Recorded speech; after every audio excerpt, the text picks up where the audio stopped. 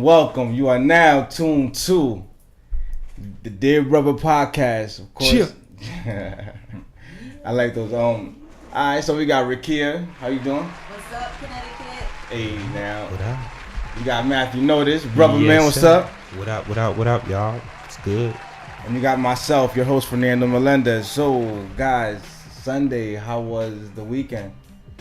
Anything exciting? Let's start it off because somebody had date night tonight, right? I had date night, but I also had some tragic, and I wanted to just shout out my family real quick. I lost my aunt yesterday. She was like 86 years old. I'm sorry to hear that. And she was the strongest woman I ever met.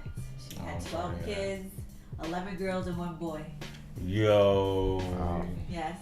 11 girls and one boy. So I did get some tragic news that my aunt passed away. Yeah, I'm sorry to hear that. Yeah, but other than that, it was chill, you know. Okay. Regular, you know. Yep. So what about you, Matt? Me? Man, boy, this weekend was crazy. But it's all good, you know. Stay on the grind, stay moving, you know. It's all good. What up with you, Fernando? Well, mine was straight, you know. I had the youngin' with me. What do we do? Nothing crazy. We just chilled, really. Family. Hung with my brother. That's it. Nothing crazy. I think this weekend was one of the weekends where I really got a chance to just like wind down. You know. So right now everything is just cool with that. Hell yeah. Well, let me give a shout out to my 2 of my wedding clients that I had, and they were happy with their work because this weekend I finally turned over 2 wedding videos for Shantae and also Katrin. Katrin. Congrats. Katrin Watson. Yeah. Holla. Shout out. Yeah, I seen her 2 grow up. 2 happy man. clients. Yeah, You know what I mean? that's what's Yeah, I up. seen her grow up, man. Like, Wow. I just left their house. I just had dinner with the Watson, so it was good. Nice. Good, Crazy yeah. the way we see. Shout out to them. Shout out, y'all gotta tune in to the podcast. You know Shout what I'm out saying? to them. All right, cool. So this is gonna be a good one. Yes, it is. It is. I know for a fact this is gonna be a good one. We got. How do I gotta figure out like how you do break it down, break it down. How do I bring them in? Like, you know what I mean? Okay.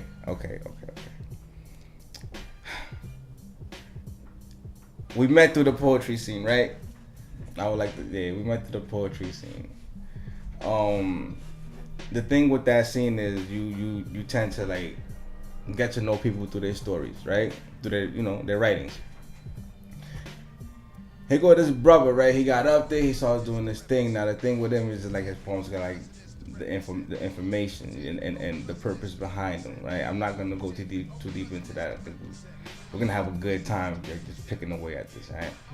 So without further ado, man, like, I gotta give it to my brother. I don't want to say poetry because I can't close you in that box, man. Like, yeah, because there's like so much going on.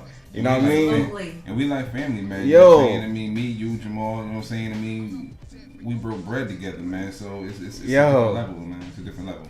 Sharmont, influence. Little, what's up, baby? How you doing? What's up, everybody? How y'all doing? What's good, brother? It's good. Good. So, from the little bit of conversation that we did have coming up here, I see you got a lot going on. Like, first of all, I want to start with, how did you come up with the name Influence? It's a little story behind it. Back in the day, there was a poetry venue called Sandra's Soul Food on Whitney Avenue in New Haven. I'm familiar with that. And that's where my man Jason Ball Biden, Ball Bidon, and a bunch of cats used to run through there. So I was just getting into the poetry scene, and I come in there and I'm thinking like I'm coming straight from the street. Like I'm coming straight from hustling and everything, you know what I'm saying? Trying to turn around. I already had the knowledge because my father embedded it in me, but I was, you know how you Yeah. put on that face, like. Completely. But I went in there and I got up there, so I started calling myself what the streets call me. They call me BI, bad influence. So I get up there and I'm spitting, and I said, yeah, my name is BI, bad influence, and I start spitting, and Jason like, yo, why you call yourself bad influence? And I told him why. He was like, nah, man, from now on your name is influence. So my name I was actually named by Jason, one of the dopest MCs you'll ever meet. Good brother too. Wow. Yeah. So His soul is Jason, like real good soul on that man right there. Jason actually came up with that name, and it's stuck ever since. Like, it's never just stuck. Okay, so I heard Sandra's restaurant. Are you from New Haven originally? I was born in New Haven, brought up in a project that's about to be completely no more, called Franklin Street Project, so Farnham Court. They're actually knocking them down right now and putting up these other high risers. They're doing that everywhere. Real talk. Yeah. So I left for a short period of time. My mom married my dad, who turned my life around, and he moved us into the suburbs, and that's where I saw the different sides of life that was affordable to us too, besides just seeing the project. So it made me dream bigger. And when we came back to New Haven, I had a different outlook. That's great. That's great. Yeah, because I grew up in Stanford, but I also have family from New Haven. I actually live in West Haven, so I'm familiar with the area. Okay. And I'm glad that you expressed that, because a lot of people, you know how New Haven is. It's hard to break out of that environment and turn yourself. So I want to know what inspired you to do that. Like, what made you start taking your poetry seriously and really getting out there and letting people know, who you are? Well, I started doing poetry before Russell Simmons prostituted and made it deaf. So, bar. I was doing poetry in middle school when you were called a punk if everybody knew you wrote poetry. You know what I'm saying? I never knew that. Yeah. You didn't know what? That people would call you a punk if you wrote poetry? Yeah. It's the same thing about acting drama class. I ain't telling nobody I was taking drama. Like a geek I don't know. Soft, maybe they would consider it. Yeah, because, where the schools that I went to, that's how it was. So I kind of kept it on the low until my brother went to college. And, being big brother, he was up at Western.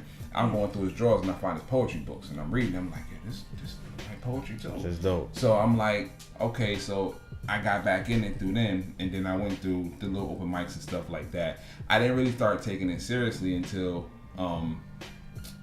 when I met Jamal. And when I met Jamal, and you know how militant he was with the movement, you know what I'm saying? What year would you say this was? Oh, Jesus. Good question, man. Oh, well, thank you. That's what I'm here for. Hello. It's probably around 2005, 2004. Oh, wow. Damn. Wow. Okay. So, you know what I'm saying? I was doing it for a long time, but I really got serious around that time. And, you got to get your chops up, because for a long time, I wouldn't say I wasn't respected, but my pen game wasn't up to the level of other cats in the city who have been already in it for a long time. So, but once I got their respect as a person, then I'm able to hang with them. Then I'm able to be exposed to this really dope art form of how cats is like writing and really spitting bars from reality, not from no made up stuff. You know what I'm saying? Can we cuss here? Okay, so it's like PG.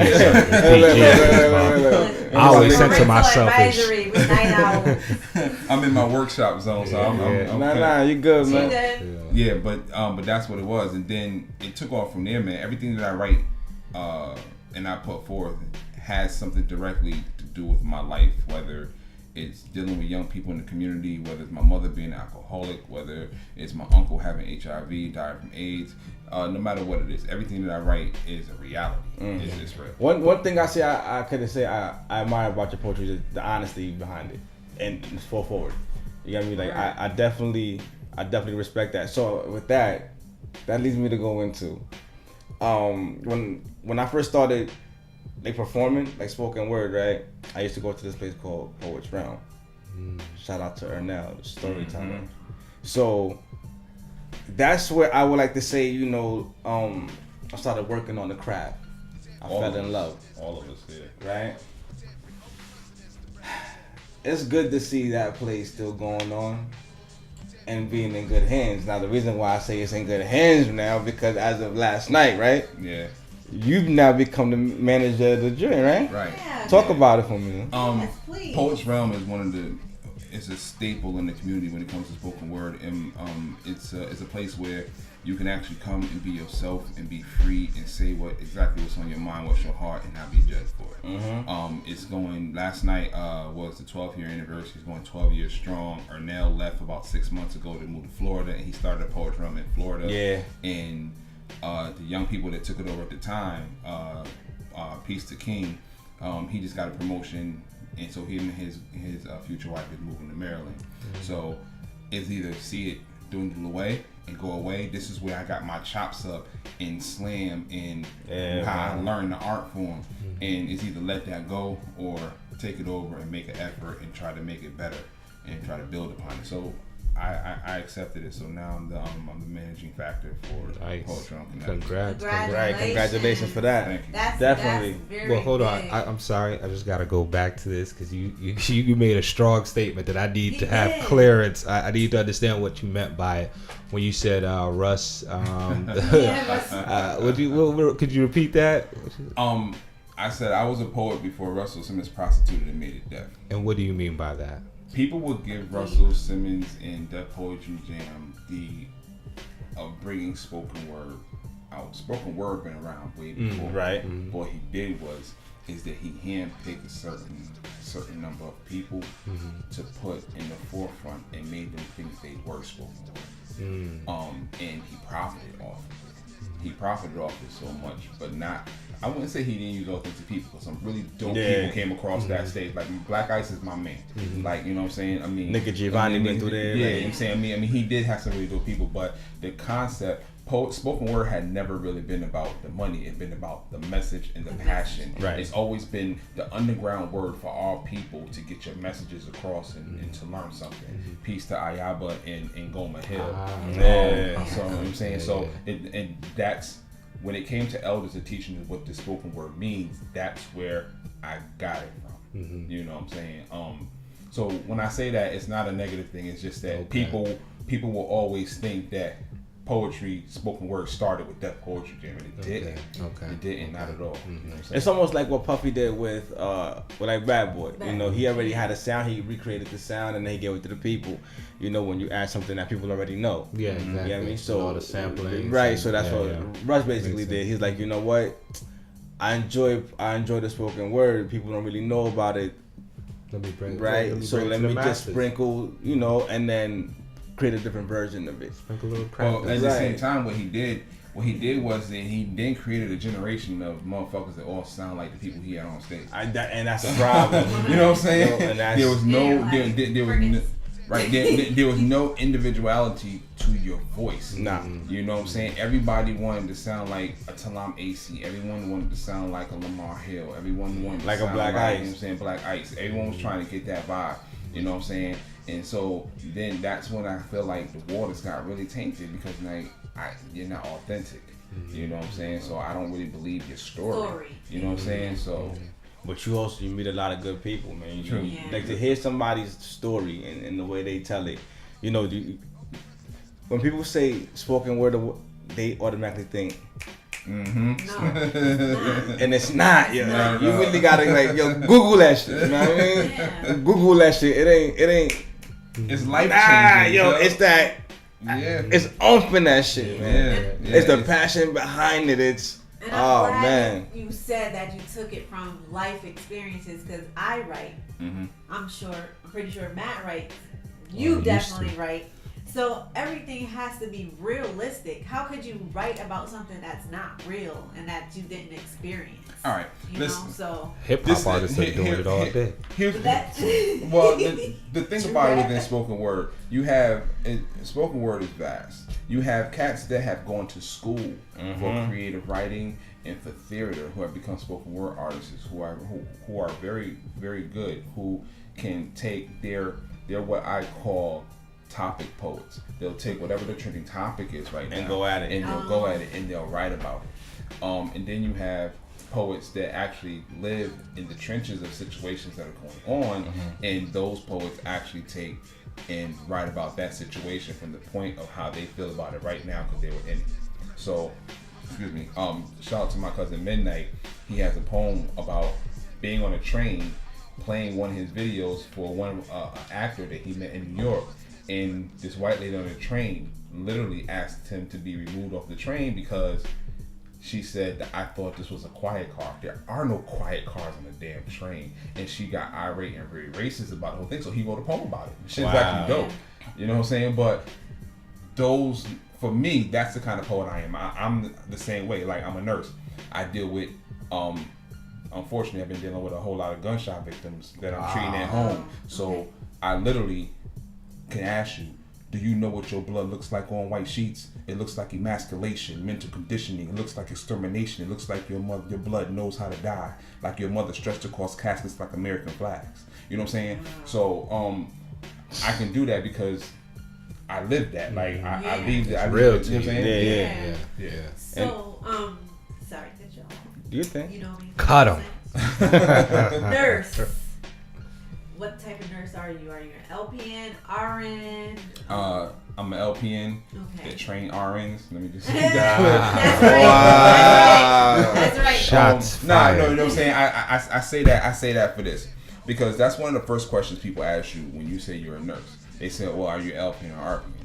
And RN, and I tell them I'm an LPN. They was like, "Why did you do that? That stands for low paid nursing." And I said, "Excuse me, I've made over $100,000 since I've been a nurse, so I don't know what you're talking about." But I could save your life just like an RN can. Basically, the only difference between is working at IVs. I do trachs. I do gunshot wounds. I do wound vacs. I do everything. I don't just pass pills and move on. I'm a nurse. You're a nurse. I can save your life the same way anyone else. You got to. You busy in New Haven. Pistol waving. Yo, you busy in New Haven. Pistol waving, New Haven. Yeah, you know we get them gunshots. They all the didn't get time. that name after you back in the days when you was out in the streets, Yeah, did when he was they? big I know guy. about New Haven, brother. You know what I'm saying? Yo, I'm gonna tell you, man. People, I mean, New Haven gets a bad rap, man. I love my city. New Haven is a city that you can find trouble most definitely if you're looking for it. It's not a problem. Yeah. It's ASAP, but it's also the place you can find a lot of love if you're looking for it. Yo, Okay. New Haven got a dope nightlife. You know what I'm Yeah. saying? It's not too raunchy. You know what I'm saying? Yeah, West It's, Haven, where I live. you know. Let me so- edit that out, though. Yeah. You know. So you got other things going on as well. Bro. I'm trying to see which one I want to go. You got one? I want to talk about F.E.E.L.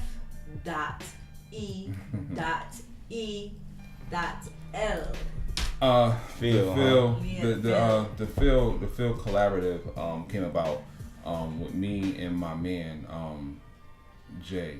They call him Scholar. He has the Movie Target podcast. That really do.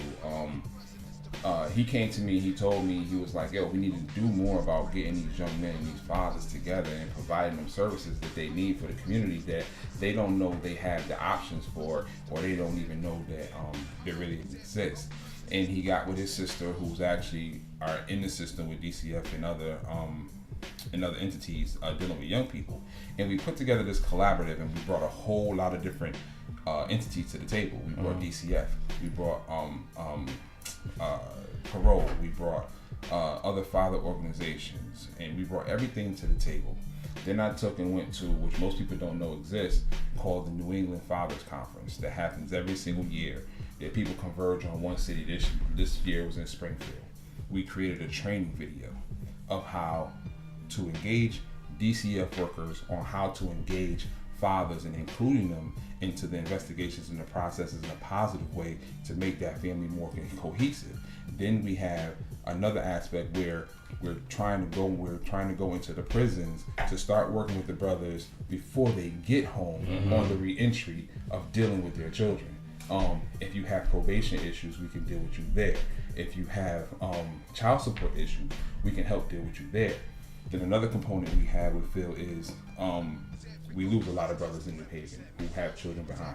So we have been a resource to help mothers and children get on their feet, whether it's for Christmas and you need food, whether it's, I've gotten calls for they need help with school clothes because the father who was slain as a slave in the street was the financial provider. So now there's nothing left. So what do? You know what I'm saying? So we collab with churches.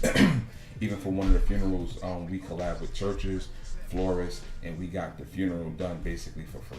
Nice. And things like See, that. So. more people need to hear this, man. Yeah. I hope y'all listening out there because I'm tired of talking to people and brothers that, you know, always talking negative about certain things and not stepping up to the plate and doing their, you know, due diligence or stepping up and, you know, being that resource out there in the community. You know what I mean? And that's what you're doing, brother. And I commend you for that. That's big. I just hope brothers, you know, step it up and stop complaining. Yeah. You know? So that's like seeing. All right, so that's also like seeing everything from a different light, like from your end, right? Mm-hmm. So now with you dealing with DCF, right? So your main goal with DCF is to get them. DCF has a real. The system has a real problem, not just about DCF. The system has a real problem with not acknowledging fathers as the entities of parenting that they are. Facts. They either look at them at one or two ways. They either look at them as the problem or the financial stability. They don't look at them as you know what I mean? strong. No. Because it's too strong. So he's about to break the table. I'm like, son. He's like. And now he tapping this, and this is his soft tap. Green like, giant. But yeah, I mean, they look at us in a really, really, really bad light. So the object of this is how do DCF engage fathers and go to them as a part of the solution, rather than looking at them as the absolute problem. Because contrary to popular opinion, with no disrespect, sister, every mother that calls DCF, every mother that's crying hurt is not hurt in that way. You know what I'm saying? Every father ain't wrong, and we're looking at. Is different. And I mean, we have statistics that show, and this is from the government that show that black men are involved in their children's life in one way or another more than white and Hispanic. Fact. And whether it's picking your child up from school, we're not just talking about financial. We're talking about whether it's picking your child up from school, whether it's walking your child to school, whether it's seeing them every day, whatever it is, we're involved in our children's life, but that's not what the narrative is, and that's not what DCF looks at us as. So it's got to be tough, right? Because at the end of the day, the reality is that you are one of the few, right, who you're fighting a system that's built upon, or the reasons behind it is to keep the father, whatever, you know what I'm saying, out of the home. So when you're going against that, how do you not get discouraged? You understand what I'm saying? Like what keeps you going for that? Because I've been in this, you know what I'm saying? Like I know what it is in the courthouse. I know what it is to be as a father who's active. And when I say active, I'm active. You get what I'm saying? I got you. And then I sit there and I'm like, before they even look at my shit. Yeah, like he said. Before they look at my shit, it's like, yeah, yo. And it's like, yo, there's so much more behind it. But you know, like, how do you fight that shit? Like. First, what we did, it wasn't easy, but it was easier because the people that we came to the table with, as me just being a father, the people I came to the table with were already in the system dealing with children. Right. So, they already had connectives. The South Central Network of Care is all the corporations and all the entities in the state of Connecticut that deal with children. Everything. And we were able to get in through that mechanism. Okay. And when we started doing things in the community, and certain social workers that really are about their business, about taking care of the people, was like, listen, we got this organization that's now doing things. So okay, cool. We're gonna see what they can really do, because we have a negative outlook in the community, and we want to see how we can change some things. Yeah, man. Because they do have new directors and stuff, so they're trying to change some things. So they brought us in. They had us do this workshop. And I meant to bring the statistics up here for you too, but the statistics of the workshop that came forth were so eye-opening to how overworked these workers are and how they look at fathers during their work cycle. Okay. You know what I'm saying? And also, as fathers, we have to change the narrative. Yo, just because you feel like they won't allow you to see your kid, listen to what the judge is saying. Mm-hmm. I have a family member who, her father actually took her to court for visitation rights. But he wasn't. You got to make sure you dead right when you go in front of that judge. Don't be looking stupid. Exactly. So he goes in front of the judge and he's saying, "Yo, I want visitations overnight for my baby." She's saying, "Nah, you not having visitation rights over with the baby." The judge says, "Wait, he has just as much rights to have that baby overnight as you do." The judge said, "Do you have a crib?" I have a playpen. What's that? That's not a crib or a bed for the baby to sleep in. Do you have a room for the baby? The baby can sleep in my room. She's like, we could work that out. Yeah. Do you have A, B, C, and D? He didn't have these things. She said, you have 6 months to get all this stuff together, and you have the exact same rights to visit your baby and have your baby visit you as she does. He still didn't do it. How hard are you? It's like how hard are you really fighting? Exactly. Yeah. How can you change the narrative if when you're given the opportunity to change the narrative and you don't do it? Yeah. And it's not like that you don't have you at that point in time you didn't have a job. You worked for Burlington Coat Factory. Yeah. That's where everything is. Like for Baby Depot and cribs and clothes and everything's there. You know what I'm saying? So how can you not? You know what I'm saying? Needless to say, with some working and some trials and tribulation, he actually does love his daughter. He's trying to do some things now, but not just him. A number of young men we do workshops with, that I do workshops with, and I talk to. It's the same thing, bro. Don't blame the system. Your shit ain't right. True story. You know what I'm saying? Don't blame the system. Story. Don't do it. Now I agree with you. The system is It's messed up. Bitch to go It's through. messed up. It's fucked. It really is. It really is. But part of the reason why it's fucked up is because of women. It's because women are going there, and a lot of them are scorned because either the brother don't want to be with them no more. So yeah, if you don't want to be with me, you ain't seen your baby. Really? Yeah. You know what I'm saying? Crazy. I seen. No, that's facts. Facts. But the thing is, you see, all right.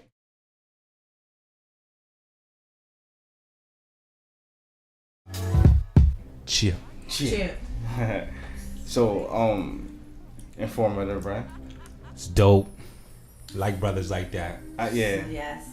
Yeah. Definitely. Strong, powerful, got a message, and he doing stuff in the community. That's always just big for me, man. I think the whole thing like with fathers and whatnot. I think that's needed on every level. You know. So I'm glad we touched on that a little bit. Good job on the questions, Rakia. Oh, thank you. Get it, Good girl. job on the engagement. That's what's up. He was man. so powerful and like he was just like a gorilla. So I had to go at him like, you know. My only thing was I don't like looking up to motherfuckers. Why? Cause he was mad tall, so it's like he's sitting over there. He's like, That sounds like a daily problem. You bro. know what? He seemed like yo, I hate my laugh. I heard that shit. Yo, I hate that shit. But I gotta get used I to heard the ladies like it though. it. Yo, well, we look at it like a big teddy bear type of thing, you know. that's my boy, man. Like I said, we definitely need more brothers like that, and we definitely encourage brothers, and not just brothers, but everybody. You know what I'm saying? Like fathers, know your rights. You know, definitely go out, study, man. Like I wouldn't say it's not that easy, but it kind of sort of is if you know the reason as to why you're doing it. Because I strongly believe, as a father, that nobody can keep me from mine. Not even society itself. Society is built to make you think a certain way, and I don't fall to that. And that means that could be any one of my baby mothers. I said that's like I got like more than one, right? But that means it doesn't matter who you get me? And that's for anybody. That's for anybody. Just know what it is, man. Just know what it is, because if you don't fight for your child in any way, shape, or form, then what? Yeah. Then what? Somebody else will be raising your child. Somebody else will be raising your child with their morals, with their standards, and you would have no say so. Or the penitentiary. I commend both of you guys on raising your children. I really do. I see everything that you're involved in with your kid's life, and it just it's so big to me coming from someone that doesn't have a father. That's crazy, right? And I don't know what it feels like to have a father, or experience of father's love. That's always been something that's very deep, and I don't share with people. You know, I don't even really know what it feels like to have a mother's love. I don't even know how to love. Damn. I don't know what it feels like to be loved. So I commend you guys 115%. I appreciate that. Well, I could do better.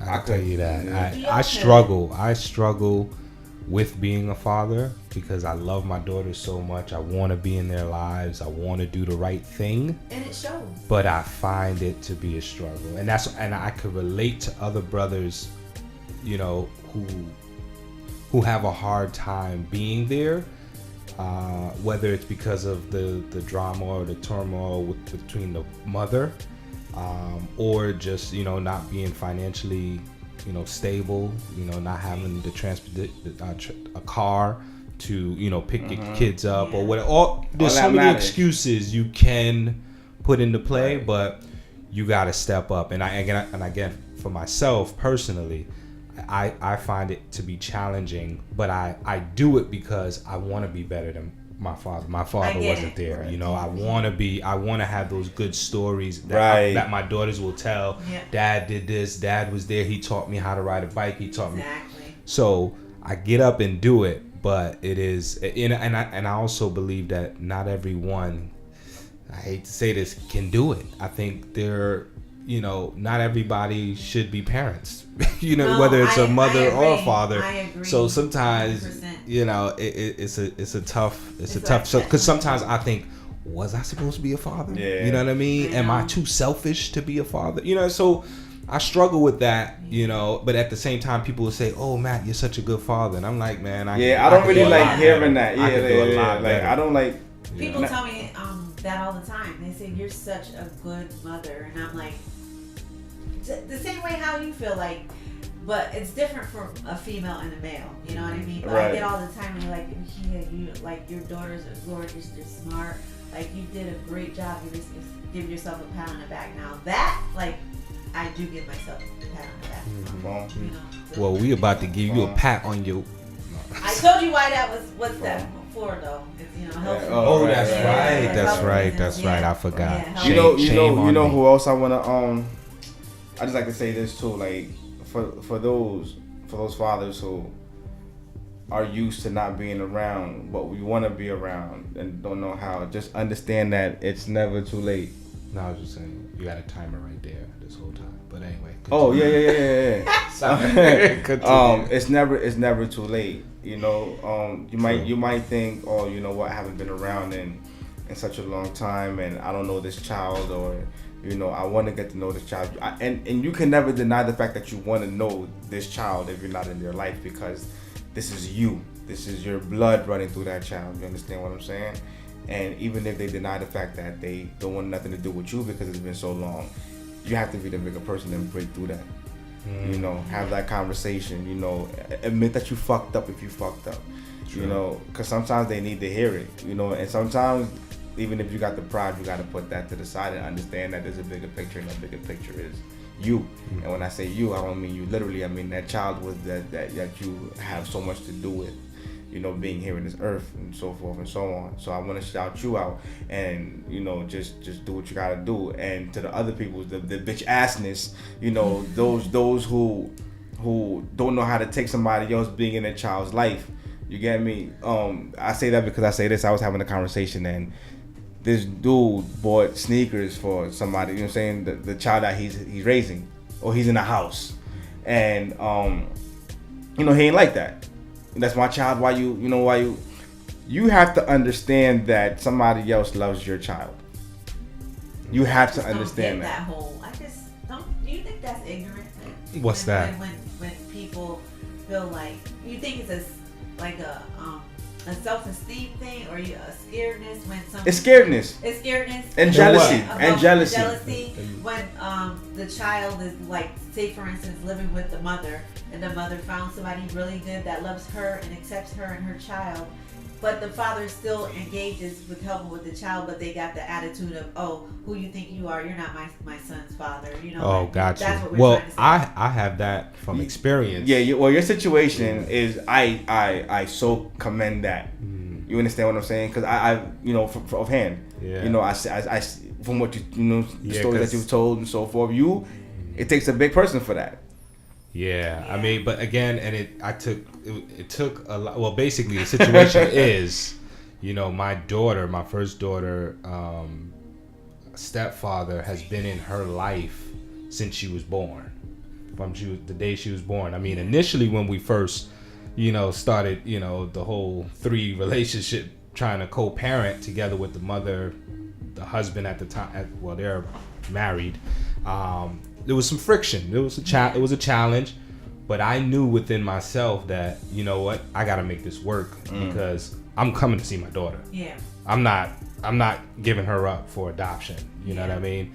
And you know, and to this day, I can go over there and the father will cook up some food, or we'll sit out on the porch, chill, talk. You know what I'm saying? We have a good relationship. That's right. Raising our daughter. So my daughter basically has 2 fathers and a mother, you know. So that's big. But it was a challenge, and I think it continues to be a challenge because sometimes you have to know where you feel like you could interject, or if you don't want to step over lines, because this man's been raising your daughter all this time inside of his home, you know, calls this man dad, but also calls me dad. So it's which. To add to that, his daughter calls me dad as well. His second daughter, which is a weird thing because she knows I'm not her father, but she loves me as if I was her father. And you know, I take my first daughter and I take her sister with her sometimes with me for the weekend. So they trust me to take them. So it's a a joint thing. That's big, yo. Like I don't know if I was able to do that. Kudos to me. You understand what I'm saying? Like, I don't want to sit here and say, like you said, it's not easy. It's not easy, but there's a bigger picture. So I totally get that, you know. But again, like if you have somebody else, you know, to those who really, you know, struggle with that, you shouldn't, man. All the love that your child can see, and it's good to even see your child. You know what I'm saying? Just see that everything is love. There's no arguments. There's no beef. There's no. I could sound like a hypocrite right now. You get me? But I never, like with me personally, I never disliked the dudes. There were just certain patterns that as a father I could never get used to. Of course. And society wants me to get you, and this is my firstborn. You understand what I'm saying? Could you imagine putting your son, your firstborn, into the hands of people you don't know? Oh, that. And then society trying to, you know, again, the system is built to keep you out the crib, like. And then what happens with the system? And I'm just talking about a situation abroad where now the man is outside of the home, and now society's taking care of your child the best way that it can, to the point where it's going to be better than what you probably can do. And then all of a sudden now you being not needed, right? Yeah. That's big. Yeah. That's real big, because no matter what, your child's going to need you, but you're not going to see that. Because you're already getting everything you feel you need, but that child is not getting that nourishment. You get me? You're not, or maybe you're not nourishing the bond between the child and the dad, or the child and the mom, whatever. You know. I'd like to add something to that. You know, for all those brothers out there who are struggling to being part of their child's life and possibly want to be, and your desire is to be there. What I want to say and encourage you guys is, do it. Just step up and do it, because it's such a blessing. And I can say this from my own experience, that the blessings that you receive from it, whether it's the investment that you're putting into your kids when they grow older, when you get to see them flourish and blossom into beautiful women and young men, you know, that's the blessing. And then not to include, well, I should include the blessings that you'll receive just naturally, just because you're doing right by your child. The universe, the Almighty, the Most High will bless you. I promise you will get blessings. Yo, it's not even monetary either. It's not. It's like just when blessings. your child, like not for nothing, like when my son smiles, yo, like I'm like I'm rich. Yeah. You understand me? And I'm rich because I'm the one that's causing it. You're causing it. You get me? I'm the one that's causing it. So it's like with me, I'm like, yo, listen, for you, kid, I wake up in the morning for you, yo. Whether I got you or not, you gotta understand. I wake up in the morning for you. Yeah. You understand me? Only because I really want you to have a lot more than what I had growing up. So I gotta bust my ass, and it's not easy. You know what I mean? We're doing this for our kids, man. Yeah. That's why I brought up that point of every everybody's different. When you were gonna touch on that part about the woman and how the woman takes the emotions and say, "Oh, I'm not gonna let him see my baby," or no, because you at the end of the day, it's about the child. You can't go in there with those. But you can't tell a woman who's scoring that. That's the right. It depends I on who. Scorn, but right. you know what? That scorn shit goes out the window when yeah. you see your kid. Yeah, hell yeah. And you're probably stronger though. There's not a lot of Yeah, because I know a few people. I know a few women that's like that. Like when they get hurt, you understand me? It's like, yo. But the thing is, I know one person who she tries to get at the person who she loves, but she won't admit it by having, you know what I'm saying, these like having relationships and throwing it in his face, like. But the only thing that ever did was like literally just cause more anger. Not even angry. He just probably he looked at her like, you know what I'm saying, like, oh, now you washed. You did all that to get me, you know what I'm saying, in a certain way. Now you washed. See what I mean? That's to me that's not realistic. Yeah, but he ain't shit either though. That's my man's on him. Yeah. You know what I mean? But how still. about the women that who you talking about, Henry? How about this? Hey. How about this one? I'm gonna just keep having a baby, keep him around. Oh. But there's a lot of foolish people out here, man, in this world, man. But seriously? Yeah. So you're trying to tell me? Give a lot of people too much credit. So you never popped the condom? You no. never poked a hole in it? No. No. No. Like you never met somebody who make you want to do that? No. Hell no. Yo. Hell no. Yo, but you know what's crazy? I don't believe in that. I hear that. Even if I was 50 years old, hell no. I want to know what to make a woman baby don't do that. Keep a man around. A man's gonna be a man. Yeah, but pussy's pussy. Facts. You know what I'm saying? It don't have no but, face. Well, there's good pussy and then there's regular pussy. You know what I'm saying? Oh, that's a new term. Oh, there is. Oh, okay. Yeah. Okay. It's good pussy and it's regular pussy. But does it have a face? The regular pussy and yeah. No, but nah, you right though. I just truly believe like it's hard to battle that, man. It's hard to battle it. I'm not saying a woman that's hurt. It's just a person that's hurt. You know what I mean? Like once you like I said, you gotta take that energy and just transfer it into something positive. No matter how hard it may seem, it will get better. Yeah. So my point is, at the end of everything, it could either be better because you chose to work on yourself, or it could be worse because you got depressed and you just decided to give up on yourself. It's up to you. That's why I said it depends on the individual. And I want to add, there's a difference between a father and a daddy. Give me that difference. What is? I always was curious. What is the difference?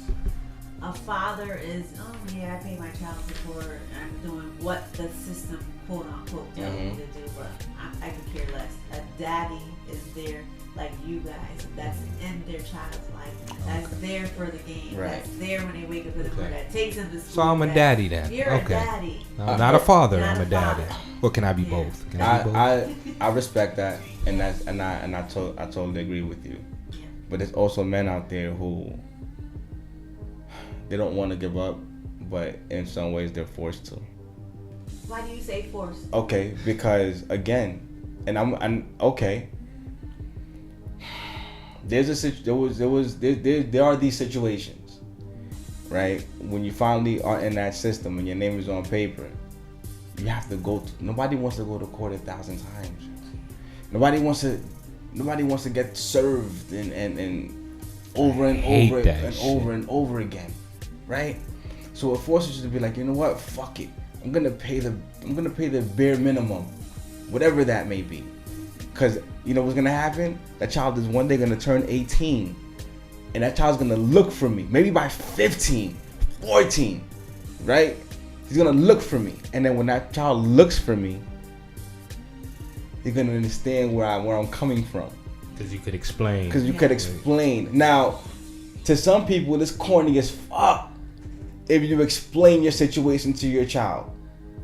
Why? Because you don't want mommy to look bad with the truth.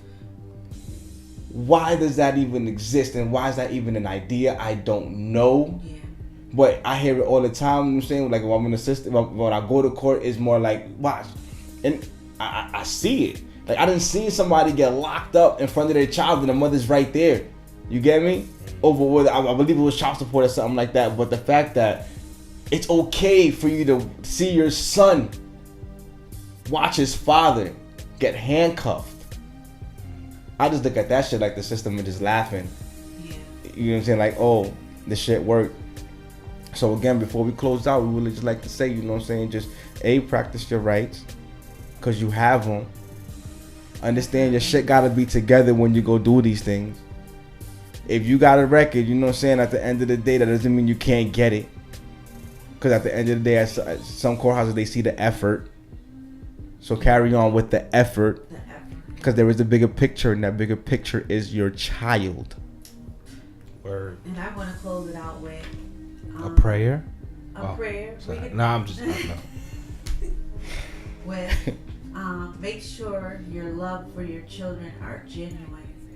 Don't let the 10 minutes of fame fool you. Because I'm in a similar situation with my daughter that had a daddy to raise her, but once they got into the spotlight and his child support stopped, it was no longer her biological father. So you know what I'm saying? So she's always gonna look at her stepfather like as daddy. Because daddy was there, even though that's the father's fault. And did his child support and all that, but he damn sure went on the show and said, "I only have 2 sons, and I want to commit." Oh yeah, what show was that? The Ellen Show. Right, I remember. My daughter one time. Wow. But is that genuine love? That's what I'm saying. Maybe he was high. He smoked. Don't know. Yo, I've made some real bad bloopers, so I don't know. I can never chalk up. Sometimes I just say, sometimes we have a brain fart or whatever. But you're talking about your blood child. No, I just want to see. I want to see Matthew explain this one. No, I'm guilty of doing things of that nature sometimes, forgetting to thank someone who has, done a good that raised your daughter. No, but but I'm saying because it could. All right, for example, let's say. Maybe you can't equate your spouse or your significant other as a child, but there was a situation one time that, with my ex, we did something and I totally forgot to thank her and I love this woman and I, you know what I'm saying? I adore her and knew that it was because of her that happened, so she deserved the recognition.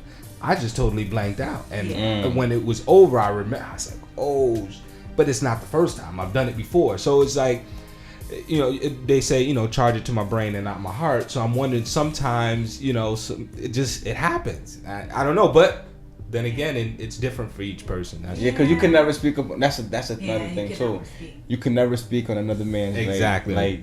And I learned that as well. You know what I mean? Like, but at the end of the day, we definitely had a good one. I definitely love the way we closed this one out. Yes. You guys, listening, we thank you. We thank you 1,000 times. You already know. Check us out. Listening, man. Right, just check us out. SoundCloud, Dear Brother. That's DEAR.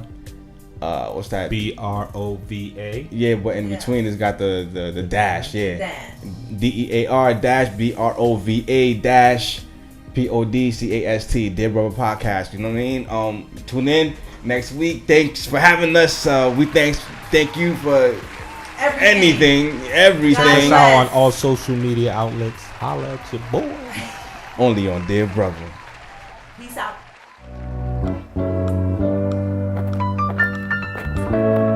But that's the whole track point. Talk about it. No.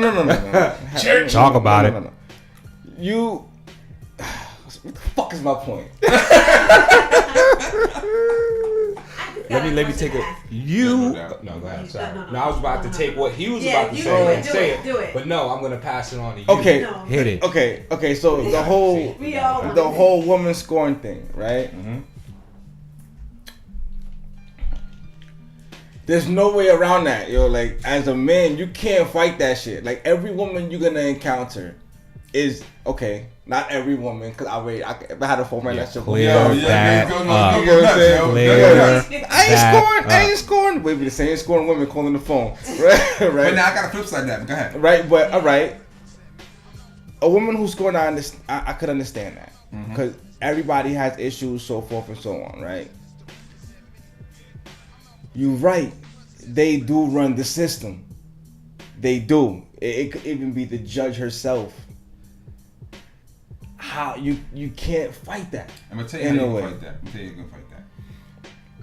That's how a lot of brothers feel. I know you can fight it because I fought it, and You're still fighting, and I don't get the bad end of the stick. You get what I'm saying? Right. I'm not even going front. That's because my shit is my. But you are way more legit than most people. But you know what? When I see what you do, is like I feel like I can't even do all of that. But you know what I mean? It's a lot. It's not even that.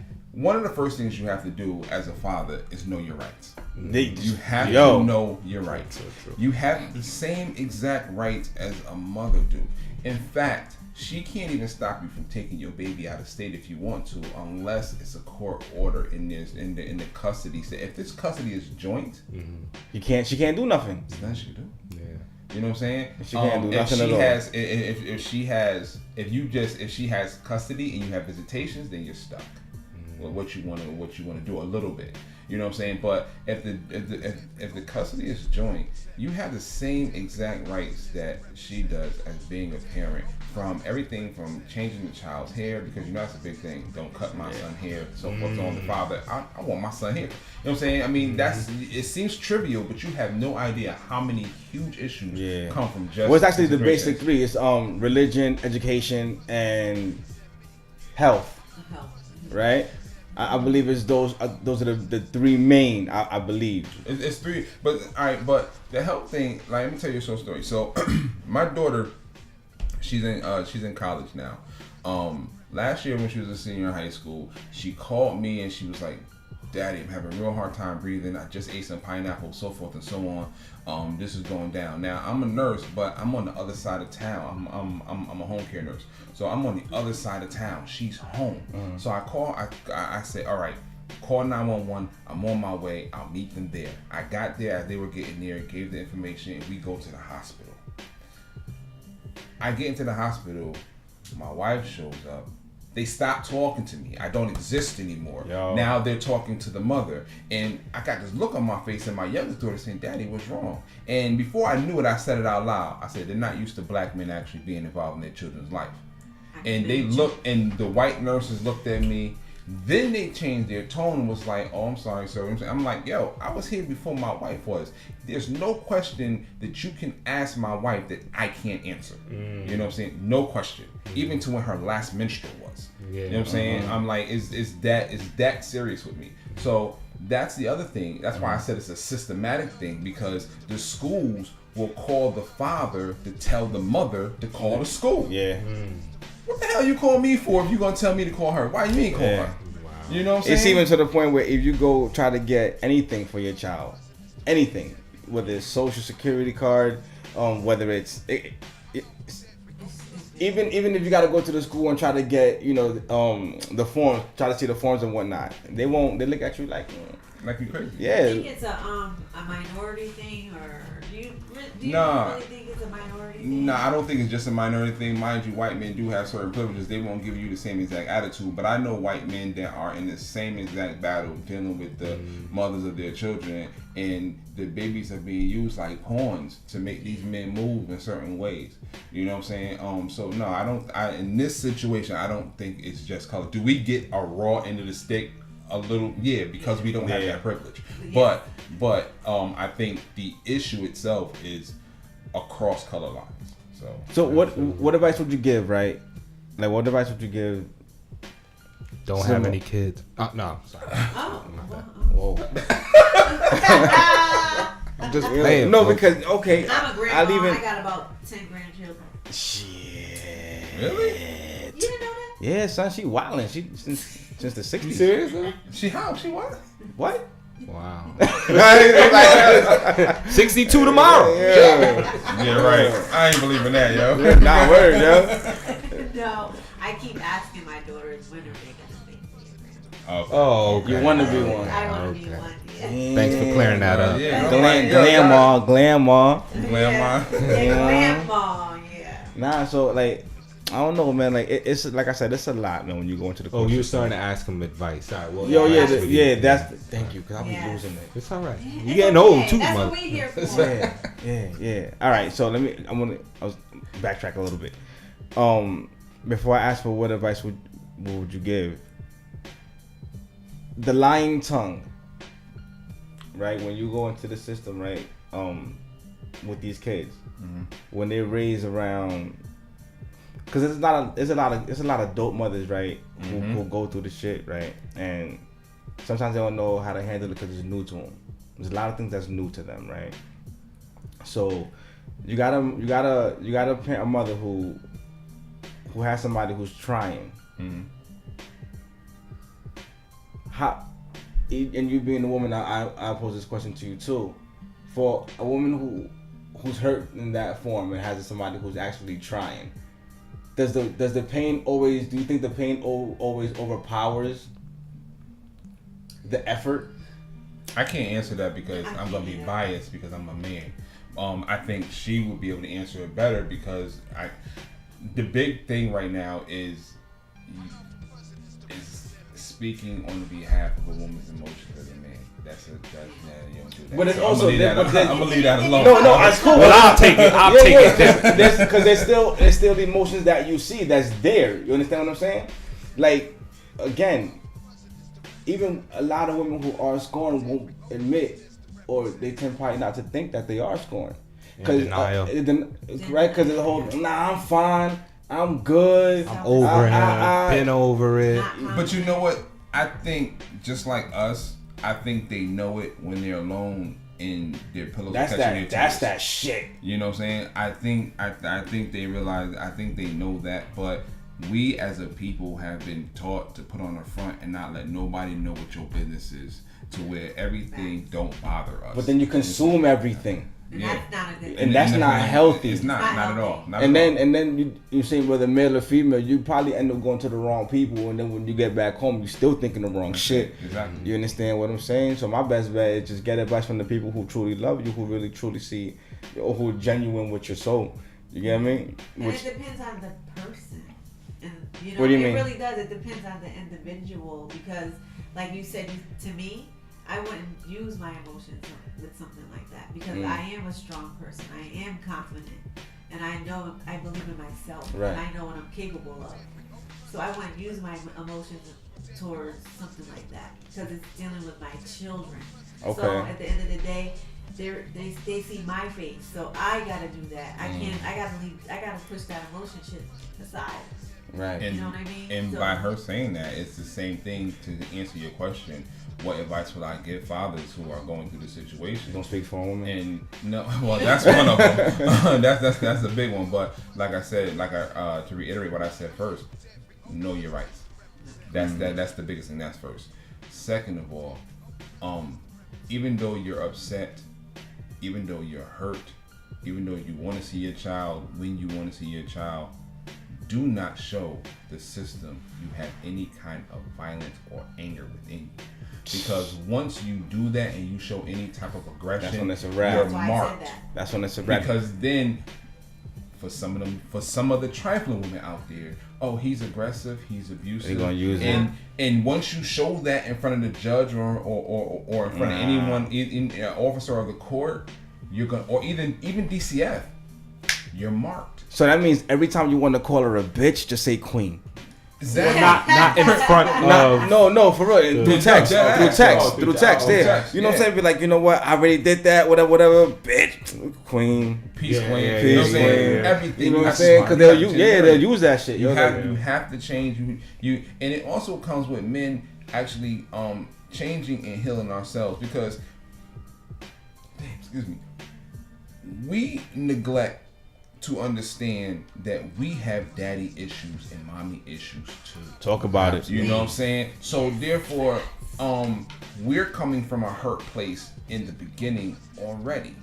And the same thing with women. They have some of them same issues, abandonment issues. My daddy left me like dirty bastard, you leaving me too, and you leave me with these kids here. You know what I'm saying? So they're dealing with a whole bunch of stuff as well. But what the system fails to realize that speaking to the narrative of black men, because I have an image of my biological father when I lived in Franklin Street Projects, packing a black plastic bag with all his things and walking down the stairs of the projects and not coming back. I have that image. So for me, I'm a little different because I strive to be everything that he wasn't.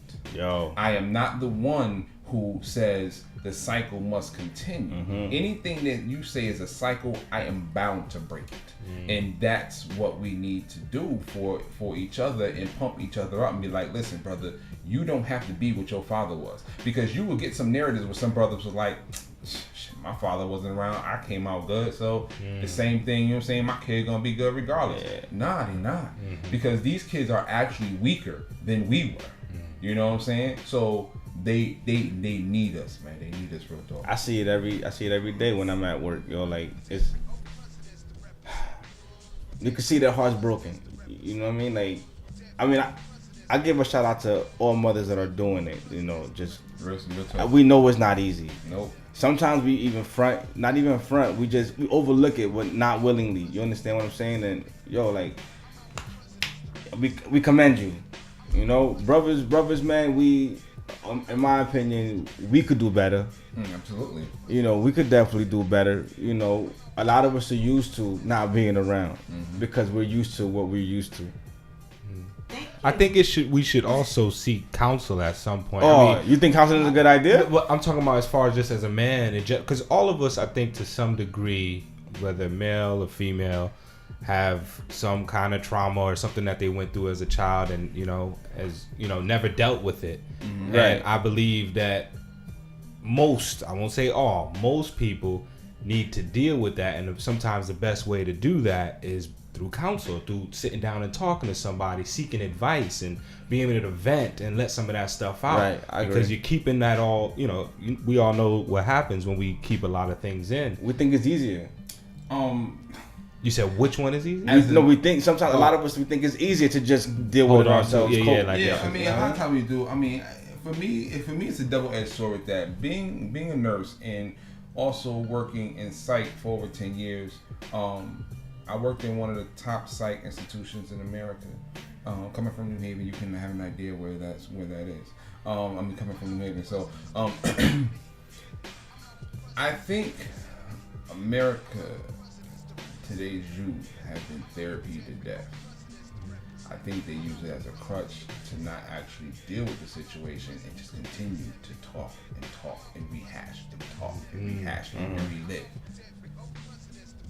I don't think you can always get over a situation if you keep on rehashing the same shit over and over again and reliving. So what's an alternate? But that's why I say counsel though too, as well, just so you can get some kind of feedback on direction and maybe some advice, and not just a therapist where you're just talking. Yeah, exactly. You know what I'm saying? I mean, it starts with home.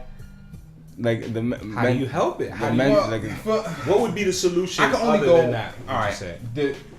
For me, it's always been. Now, mind you, let me back up. For certain situations that people are dealing with, when you're talking with physical abuse and things of that nature, that's a little bit of a different story. But some issues that we have, making yourself better and giving yourself pride about yourself that you were better than the situation you came out of, sometimes can be enough to put you over the edge and uplift your confidence about yourself as an individual. Not to say that you're better than your father, but I did better than my father. Yeah. I did not provide this pain, this hurt to my child. I live by the motto is, I know how it felt to walk away and have my father walk away from me. Why in the hell would I want to subject my children to that same type of emotional pain? That's how I live my life when I come to dealing with my children. You know what I'm saying? So, I feel it. I feel the same way too. Like, a lot of it, I met my dad, like, I want to say twice. And he lived in the same city. We both lived in the Bronx. But it's crazy how I only saw him, man, like twice, right? It's crazy. Yeah, but like having my son, I broke everything. You get me? Like, when I say that kid is my strength, that kid is my strength. And that, you know what? I got a little what I would like to say too. Those dudes, whoever your brothers, like if whatever you're going through, if it is bad, take that energy. Mm-hmm. Take that energy, you'll reverse that shit. Mm-hmm. You get me? Reverse it and then like do better. Yes. Do better. Don't let your circumstances put you into a cage. Man. Use your circumstances to do be better. Your catapult you into greatness. Because that child is watching you. Exactly. That child is watching you. Yeah. And not for nothing, you want to have a good story as he gets older. Yeah. My son's seen it all, yo. Like, real talk. When I was on my sister's couch type shit, you get what I'm saying? Mm-hmm. On my sister's couch, I ain't have my own shit, whatever the case may be. No excuses. Who was laying with me right there on that couch, yo? My son. Yeah. You understand what I'm saying? Like, the little nigga really, he seen the shit. Oh. Yo, I took my daughter to the shelter before, so I know what it is. Yeah, man. Like, we know. I'm saying, well, you already know we've lived it. You get me? Absolutely. And yo, I love every minute of it. I not that I love every minute of it, because a lot of it was hurt and painful, but I appreciate. Some of that shit builds character, though. Bro. Yo. Some of that shit builds character, but this I want to make this statement to brothers, because and close out with that. Close out with the statement. All right, and also your information on how to find you. Yeah, go ahead. Yeah. Brothers, just because you don't have the financial standings that society tells you need to have to be a father does not make you any less of a father. What makes you less of a father is not being present, not learning about your children, not learning, even if you have girls, learning how to do ponytails, cause is valuable and important. So be part of your children's life, no matter what you got to go through. Trust me, in the end, you will be rewarded tenfold. And I'm speaking from experience. That being said, man, I appreciate y'all having me. Social medias, you can find me Sharmont, Sharmont, Influence Little, or you can just put Influence Little into Facebook and I'll pop up. Everything else is Influence Poems together as one word. I have a website, influencepoems.com. You can go to and you can see where I'm performing all over the country, so forth and so on, and things like that, man. Poetry is life, man. Live it. Dope. Let me, can you tell the folks as well as me, because a lot of people don't understand poetry. You know, as poetry people, we get each other. Could you give the people advice on how to, you ever heard of writer's block? Mm-hmm. You ever go through writer's block? Mm-mm. You never go through writer's block? What's wrong with me then? You okay, so right? Yeah, I'm like the reason why I don't go through writer's blocks is because there's always something you can write about. If you woke up this morning, you can write about it. See, people look for something specific that they want to write about. Exactly. Deep. You don't want to get deep. The way you get better with writing is write something every single day, even if it's just 2-3 lines or stanza. Write every day. Right. Yeah. So, another thing I wanted to ask you is. Yo, we was closing up. Man. I'm just kidding. It's all good. You ain't get a chance to get it out. I know. I get it. This is the end. No, get it, girl. This is it. Now go ahead, get it. Now you made me forget, man. My bad. So, I got a question. Go ahead. No, I was just gonna say if you have any videos anywhere that people could see any of your, because I kind of wanted to hear something tonight, but yeah. I was gonna say, could you have a little poem you could spit for us tonight? Just I'm a slam poet. I don't have no little poems. All my poems are 2 minutes and 45 seconds. Yo, he like with the time with them shit. Yeah. And they really to that time. One of the most videos that's really true to my heart is one that had to do with me losing my father to cancer. Next February will be 2 years. And you can find that on YouTube. You put in Influence Daddy. And that's my first professional video that actually chronicles the story of when my dad came into my life at the age of 12 and everything that we went through from that point on. Even to his death, my actual dad is in the video. The photographer actually caught us having conversations. My father was a Mason, so we had a lot of conversations. Okay. And you and I got a lot in common right now, brother. You know what I'm saying? So therefore, I'm always, as a man, I'm always standing on my square. Always. But he, so yeah, that video is there. You can also go to Poets Realm, POETZREALM He's still tapping, y'all. I'm sorry. I like that. and put Post Realm influence in videos of just about flood your Nice. And believe me, treat yourself, don't cheat yourself. You know, look them up. Sharmont Influence Little. Yo, once again, we thank you, brother. Thank you. We appreciate you, And he's man. a nurse. Bless up. He's bless a nurse, up, bless y'all. up. He He's is doing a things in the nurse. community. He's doing things. And And that's a blessing. How could the people reach you on the field? Like same thing, same social yeah, media. to reach me on film, my phone number is plastered everywhere. That's why I get another phone where nobody don't got it. But Is it burner? Yeah, exactly. My phone number is 203-606-3232. If there's any fathers out there that need any help, that need any advice, that need somewhere to be pointed for information, the field meetings are open. They're every first Friday at 10 o'clock in New Haven. Give me a call. I'll let you know the actual location because we're in between spots right now. But yeah, we're around, man. And then in due time, it should be up on the Facebook page as well. Yeah. So just look out for that ASAP. Yo, once again, we thank you, brother. Thank you, bro. My people, anything else? I'm good. You've been tuned to. I like saying that shit. Yo, we're gonna have to work that out though. The Dear Brother Show or podcast. So you already know, people. Yo, tune in next week, same time. We lit.